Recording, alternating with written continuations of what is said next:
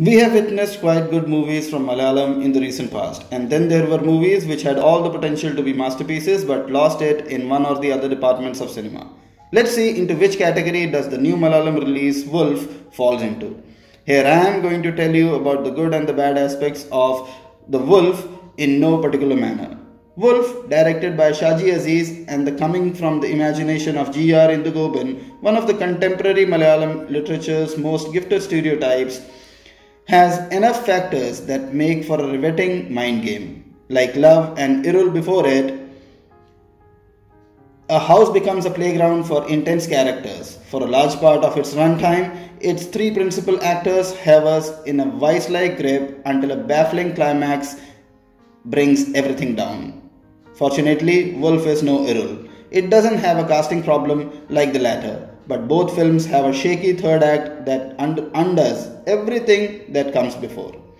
Based on Indugopan's short story Chennaya, Wolf opens with Sanjay, played by Arjun Ashokan, on the way to see his would-be, Asha, played by Samyukta, hoping to surprise her. When she opens the door, she is surprised alright, and visibly agitated too. The first half belongs entirely to Arjun and Samyukta, who effectively deliver one anxiety-inducing moment after another.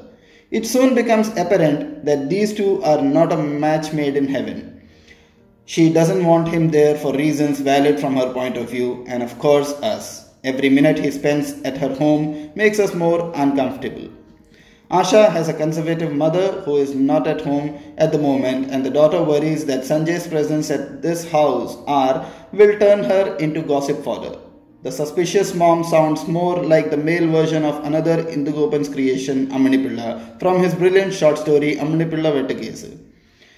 Besides, Asha sees Sanjay's short temper and rude manners even to his close female friends as good enough reasons for not wanting him as her better half. She expresses her doubts about spending the rest of her life with him. He gets increasingly irritated and desperate to ensure that he wouldn't be this way after their marriage. But we also get the sense that Asha is hiding something from us. To make matters worse, the PM announces the lockdown on the same night. Her mother won't get home on time, and since Sanjay's residence is hours away, the cops stationed outside her home, Shinetown Chako and Jafar Idiki, forbid him from travel. The film only gets more intense after a third character, played by Irshad, Joe, enters the picture. But our amusement lasts only up to a certain point. In an interview with us, Shaji Azeez called the third character a surprise. And with that in mind, I won't describe who this man is and why he is in the story. But it would be safe to say that Shaji and Indugopan use him to launch a discourse on the intricacies of the male-female dynamics, the deeply entrenched patriarchal mindset of Indian men, a woman's agency when it comes to her personal choices, and how someone's image on social media doesn't necessarily tell you who they really are. Though Sanjay's character traits are clear to us, we later realize that the other two characters are not exactly what they led us to believe initially. For the most part of the film gives us the effect of watching a tightly constructed play, aided by appropriate staging and camera movements. It's fun to see the three characters slowly unraveling their true selves. The interplay reminded me of the Mike Nicholas film titled Closer. However, but The Wolf has a problem. That is the inconsistency in character development.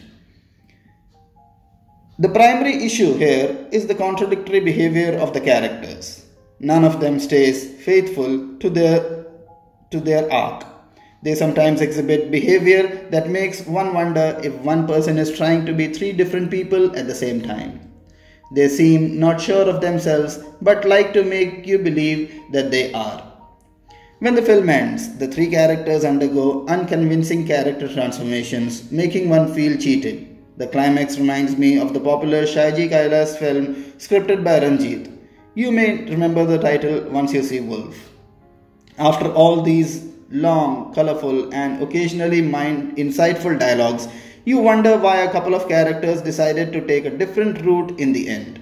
And I am still trying to make sense of the casting of Shinetown Chako and Jafar Idiki as those policemen. Were they necessary?